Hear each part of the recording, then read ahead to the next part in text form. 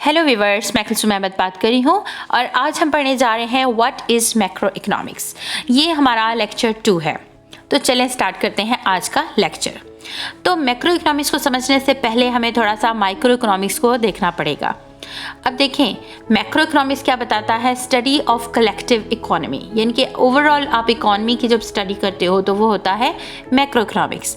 लेकिन macro economics को समझने से पहले हमें स्टडी ऑफ इंडिविजुअल पार्ट्स को देखना है। जैसे कि आप यहाँ पे देख रहे हैं कि ये घड़ी आपको करेक्ट टाइम बता रही है। अब ये घड़ी क्यों करेक्ट टाइम बता रही है? क्योंकि जो इसके इंटरनल पार्ट्स हैं वो अपना अपना इंडिविजुअल रोल जो है वो सही तरह से प्ले कर रहे हैं। इसी तरह से आपकी इकॉनमी में आपके इंडिविजुअल कस्टमर, आपकी इंडिविजुअल फर्म, आपकी गवर्नमेंट, ये सारे लोग जब अपना अपना रोल सही प्ले करेंगे तो ही आप अपनी इकॉनमी की सही फंक्शनिंग को डिस्क्राइब कर सकते हैं। इसका मतलब ये है कि आपको अपनी इकॉनमी को समझने से पहले माइक्रो को स्टडी करना पड़ेगा, इंडिविजुअल पार्ट्स को स्टडी करना पड़ेगा। और ये क्या है? ये कलेक्टिव इकॉनमी की बात हो रही है। तो आप कह सकते हो कि macroeconomics is the study of aggregates. Macroeconomics is the telescope through which we can see the economy. आपको अपनी पूरी इकॉनमी की हेल्थ को समझना है। देखें, आपकी इकॉनमी हेल्दी है। हेल्दी कैसे है? अगर आपका लिविंग स्टैंडर्ड अच्छा है, अगर आपके एजुकेशन लेवल अच्छा है, अगर आपके मुल्क का सेहत का लेवल अच्छा है, अगर आपके मुल्क का इंफ्रास्ट्रक्चर स्ट्रॉन्ग है, ये सारी चीज़ें आपने देखनी है मैक्रोइकोनॉमिक्स में।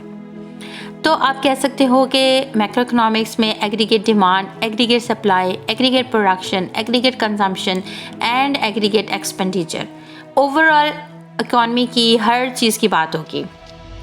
अच्छा, आपकी इकॉनमी में जो लोग काम करने वाले हैं वो कौन हैं? 4 लोग हैं जिनको हम इकोनॉमिक एजेंट्स बोलते हैं, यानी कि customer, producer, government and foreigners. अगर कंज्यूमर नहीं होगा तो प्रोड्यूसर क्या प्रोड्यूस करेगा, क्यों करेगा, किसके लिए करेगा? इसी तरह से कंज्यूमर और प्रोड्यूसर हैं, लेकिन लॉ एंड ऑर्डर कौन मेंटेन करेगा, रूल्स कौन बनाएगा? वो बनाएगी गवर्नमेंट। लेकिन अगर ये तीनों हैं और फॉरेनर्स नहीं हैं तो आपके मुल्क को जो बाहर की दुनिया से चीज़ें आती हैं वो कैसे आएंगी? इस वजह से इकॉनमी को चलाने के लिए इन 4 एजेंट्स का होना लाजमी है। अच्छा, अब आपके पास है what are the government's main economic objectives. इस क्वेश्चन का जवाब कौन देगा? मैक्रो इकोनॉमिक्स देगा। तो इकॉनमी के कुछ की एलिमेंट्स होते हैं जो गवर्नमेंट की स्ट्रेटजी में शामिल होते हैं। सबसे पहला है डिलीवरिंग मैक्रो इकोनॉमिक स्टेबिलिटी, यानी कि मेन जो है वो ब्रॉडर मैक्रो इकोनॉमिक एम क्या है कि इकोनॉमिक स्टेबिलिटी होनी चाहिए। स्टेबिलिटी किस में हो? डिमांड सप्लाई में स्टेबिलिटी हो, इंपोर्ट एक्सपोर्ट में स्टेबिलिटी हो, अर्निंग्स एंड स्पेंडिंग्स में स्टेबिलिटी हो। ये सब कुछ आपको मैक्रो इकोनॉमिक्स से ही मिलेगा। फिर है meeting the productivity challenge and important supply side target. तो जो आपकी प्रोडक्शन का चैलेंज है, यानी कि जितने टन्स आपको प्रोडक्शन चाहिए उस प्रोडक्शन को प्रोड्यूस करना आपकी इकोनॉमी का, आपकी गवर्नमेंट का मेन ऑब्जेक्टिव है। ठीक है। अब उस ऑब्जेक्टिव को अचीव करने के लिए गवर्नमेंट या तो लोगों को फैसिलिटेट करेगी कि वो प्रोडक्शन लेकर आएँ, या फिर वो खुद जो है वो किसी भी तरह से इंपोर्ट करके या किसी भी तरह से प्रोडक्शन को मेंटेन करेगी। इसी तरह से इंक्रीजिंग एम्प्लॉयमेंट, ये बहुत अहम जो है वो आपका मैक्रो इकोनॉमिक ऑब्जेक्टिव है।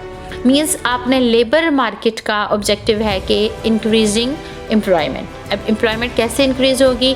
जब आप लोगों को अपॉर्चुनिटीज़ दोगे, यानी कि तालीम हासिल करने की अपॉर्चुनिटी, नौकरी ढूंढने की अपॉर्चुनिटी, ठीक है, लोगों को मार्केट में एडजस्ट करने की अपॉर्चुनिटी, ये सब कुछ गवर्नमेंट का काम होता है।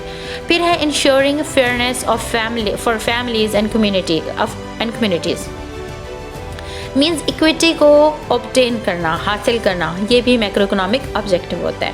ऐसा नहीं हो कि जो मेट्रोपॉलिटन सिटीज़ में लोग बैठे हैं वो तो ज़िंदगी की हर सहूलत से को एंजॉय कर रहे हैं, लेकिन जो लोग इंटीरियर में बैठे हैं वो डिप्राइव्ड हो, नहीं, बल्कि आपने सहूलतें सबको देनी है, उनके डोर स्टेप पर देनी है।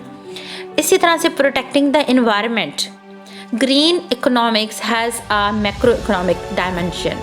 मीन्स आपकी अगर फैक्ट्री है तो आपने, ऐसा नहीं है कि आप उतनी मुल्क को प्रोडक्शन नहीं दे रहे जितनी पोल्यूशन दे रहे हो, ऐसा नहीं होना चाहिए। आपने अपनी पोल्यूशन को कंट्रोल करना है। तो इसी तरह से आपने रिवर्स को बहुत ज़्यादा पोल्यूट नहीं करना, यानी कि इस तरह से हो कि उसमें जो फ़िश है या जो भी हमारी सी होते हैं एनिमल्स, उन सबको नुकसान नहीं पहुंचना चाहिए।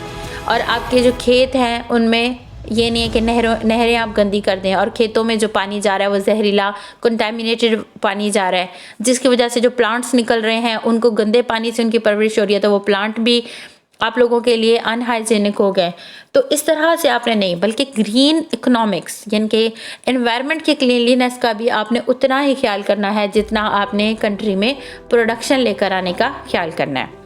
तो ये थी मेरी आज की वीडियो। अगर आपको मेरी ये वीडियो पसंद आई है तो please like, share and subscribe my channel. Thank you.